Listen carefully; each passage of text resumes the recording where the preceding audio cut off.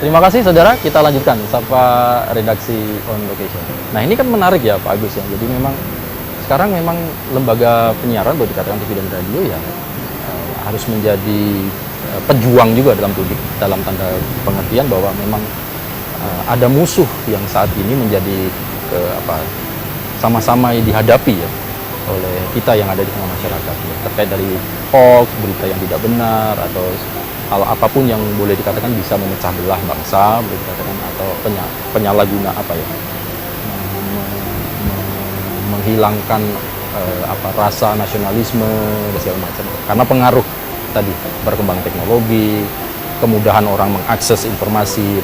Nah kalau kita balik lagi ke lembaga penyiaran ya, saya ke Pak Adi boleh dikatakan sih ya, Pak Adi, bagaimana dari teman-teman KPID melihat dari kelembagaan tentunya lembaga-lembaga penyiaran ini sekarang sudah menjalankan peran itu belum? Sudah 100% atau masih ada yang perlu diperbaiki atau seperti apa nih Pak Adi? Memang sih kan bagian mengawasi ya Pak Adi. Kami ini kalau dilihat dari undang-undang bentukan kami ini hanya mengawasi isi siaran kan gitu ya. Mengawasi isi siaran, kalau ada konten-konten yang tidak benar kan gitu ya. Sebenarnya konten semuanya benar, cuman cara kita menanggapi aja kan gitu ya. Nah ini khusus untuk lembaga penyiaran, gimana dia sebenarnya sudah mulai membawa misi sendiri. Kalau memang dia membawa misi sendiri, otomatis dia tuh kan sebelum dia siaran kan dia sudah tahu yang namanya P3SPS, ya kan? Acuan-acuannya sudah ada, ya. Pedoman yang dipakai sudah ada. Sudah itu orang-orangnya atau host segala macam sudah dikasih pendidikan. Secara otomatis lembaga penyiaran ini menyiarkan sesuatu atau menayangkan sesuatu itu sudah ada lembaga sensornya. Nah itu. Nah, yang paling unik dia adalah radio, gitu ya. Karena radio jarang kali ada lembaga sensor. Kan? Kami selama kami sudah 6 bulan ini dilantik menjadi komisioner, kami pantau di Bali 66 radio ini dia tidak ada lembaga sensornya karena dia itu begitu tayang itu live jalan kan gitu. Silahkan lembaga penyiaran. Nah ini kami betul-betul ekstra nih. Nah, bagaimana polanya di komisioner kami bertuju dari masing-masing komisioner memiliki stakeholder yang beda-beda ya. Dari latar belakang yang berbeda-beda. Kami satukan, kami polakan supaya jangan sekali-sekali memberikan sanksi, mari kita berikan literasi.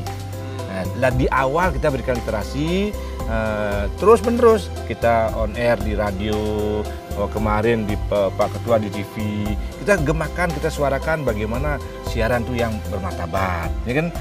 Supaya kalau sudah siaran bermartabat, masyarakat sehat, masyarakat cerdas, kan gitu jadinya.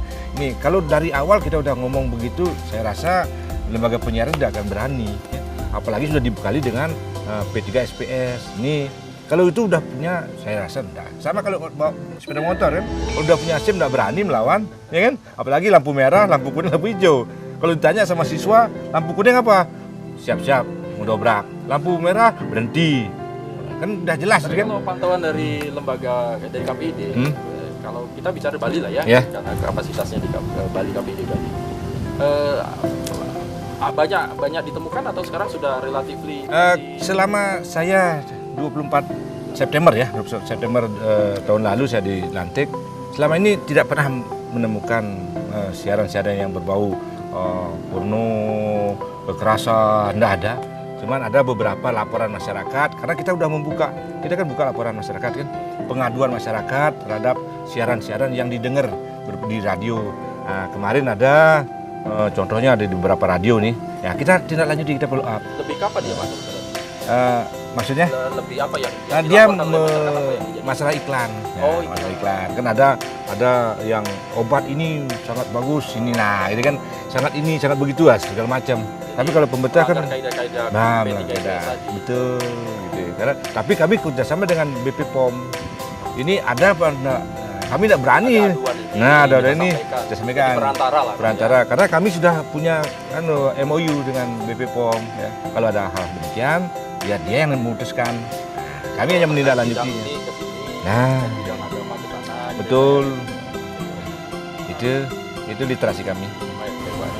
Nah, bagus. Kalau kita bicara tentang lembaga ini kan tidak cuma sekedar dia sebagai sebuah lembaga penyiaran yang urusannya dengan konten, tetapi juga ada industri industri penyiaran kan Pak ya. Kalau melihat ini bagaimana Pak mengkolaborasi? Kadang-kadang kan bisa jadi itu hal yang tadi terjadi karena Betul. aspek industrinya. Karena bagaimanapun itu yang menghidupi juga Iya. kan. Nah, tapi bagaimana Pak Bagus kalau dari sebagai ketua KPIT melihat kadang-kadang ini lembaga penyiaran sebagai industri dan juga dia sebagai lembaga boleh dikatakan panjang tangan negara kan? Betul. Karena frekuensi ini kan punya negara, balik lagi punya negara. Ya, kalau kita bicara soal lembaga penyiaran, tentu harus kita berpikir soal aspek idealisme dan aspek komersial ya. Karena bagaimanapun juga lembaga penyiaran itu ada aspek ekonomi di situ. Kita paham, seperti tadi katakan oleh Pak Adi, ada beberapa radio yang kita amati di Bali misalnya, itu menyiarkan hal-hal yang sesungguhnya memang dianggap tidak sesuai dengan P3SPS, jadi pedoman perilaku penyiaran standar program siaran. Dan itu kita sudah tegur. Kita selalu berpikir bagaimana partisipasi masyarakat luar biasa selama ini, dan kita tegur itu dalam konteks kita memberikan komunikasi pembinaan. Jadi sampai saat ini kami belum pernah mengeluarkan surat teguran secara tertulis, karena kalau kami prinsipnya kalau memang bisa dikomunikasikan kenapa harus kita formalkan seperti itu. Begitu kita tegur, komunikasikan, mereka turun. Artinya kadang-kadang begini, ada juga memang lembaga-lembaga penyiaran mungkin karena tidak tahu sesungguhnya ya ini kira-kira tidak pas, tapi dia paham juga ini sebetulnya tidak bagus juga Pak, tapi karena kami kepentingannya adalah iklan, ada pemasukan, apalagi kondisi pandemi seperti sekarang, nah kita jelaskan ya boleh saja demikian, tapi tentu kita juga perhatikan bagaimana sebetulnya musuh kita di sekarang ini bagi lembaga penyiaran adalah informasi yang membodohi masyarakat. Itu kalau dulu kan bagaimana melawan penjajah, bagaimana propaganda itu dilawan dengan kegiatan yang positif. Sekarang juga sama sebetulnya. Musuh kita adalah bagaimana informasi yang membodohi yang disebut dengan hoax itu.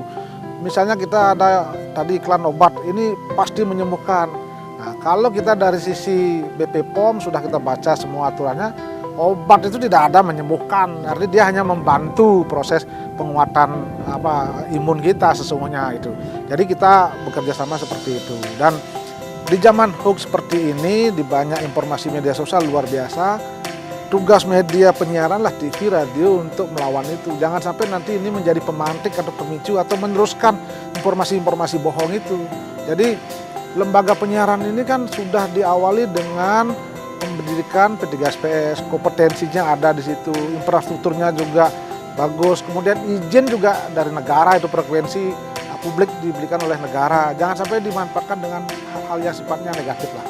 Kalau misalnya media sosial berbeda. Jadi ini tanggung jawabnya luar biasa. Kalau nanti terakhir dia melanggar dan tidak sesuai dengan ketentuan, ya izinnya dicabut, berarti tidak boleh siaran, ya secara ekonomi rugi jadinya. Seperti itu. Baik, jadi memang idealisme jalan, ekonomi, industri juga jalan. Karena nggak mau. Jadi ini sebetulnya peran lembaga penyiaran ini untuk sama-sama boleh dikatakan apa yang kita sampaikan kepada masyarakat itu tadi tidak memberi dampak penyesatan dan tanda kutip ya. Ada pembodohan di sana, ada kekeliruan melihat sebuah konteks dari sebuah peristiwa gitu kan.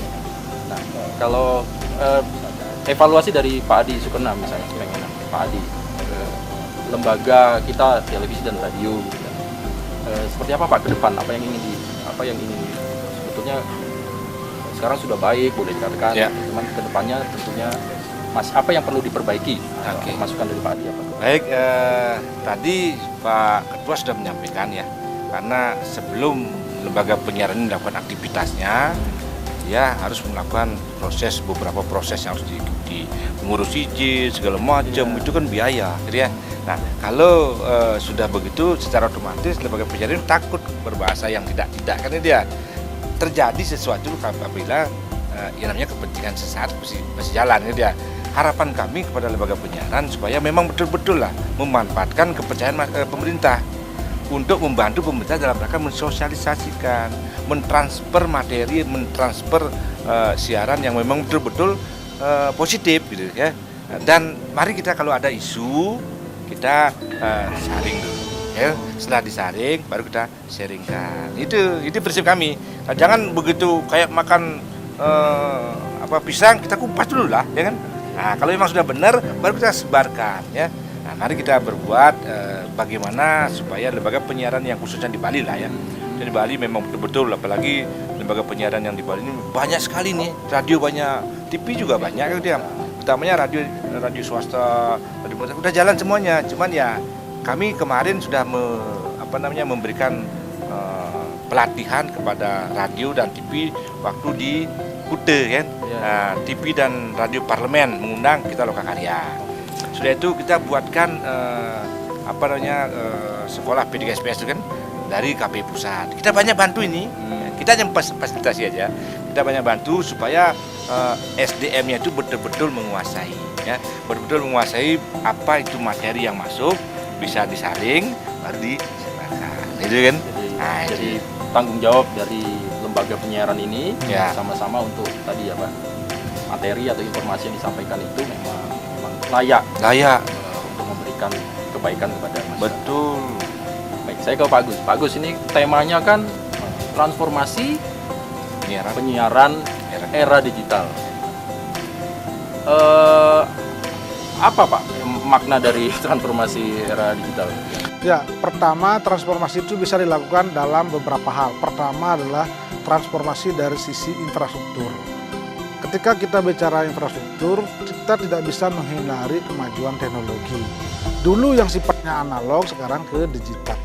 Dulu mungkin orang menggunakan alat-alat yang sangat besar, sekarang alatnya sangat kecil. Kemudian teknologinya juga dulu luar biasa sulit, sekarang sangat gampang. Itu dari sisi transformasi infrastruktur di lembaga perubahan, harus mengikuti perkembangan, jangan sampai nanti ketinggalan. Yang kedua adalah transformasi dari sisi SDM. Bagaimana sumber daya yang ada di penyiaran, baik TV maupun radio, melakukan pemenahan terus-menerus, melakukan uji kompetensi kepada para pelakunya, bagaimana dia dilakukan pendidikan, di-upgrade lah kira-kira, sehingga jangan sampai salah.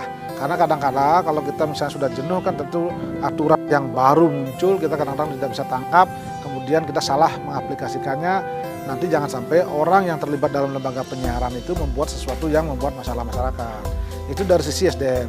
Kemudian transformasi berikutnya adalah transformasi dari sisi siaran konten ya.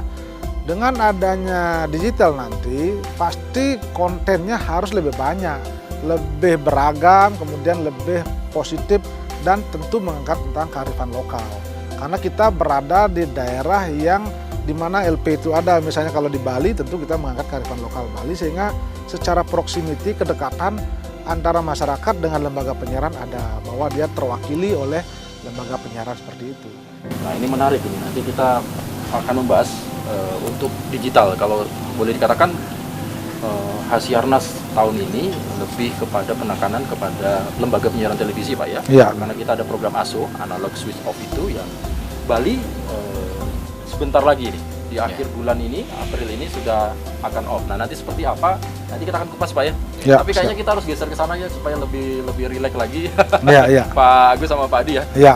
Baik, saudara, jangan kemana-mana. Nanti kami mau izin untuk geser dulu tempat supaya lebih enak, lebih segar lagi. Kita lanjutkan sama redaksi Auto Passion setelah yang nanti.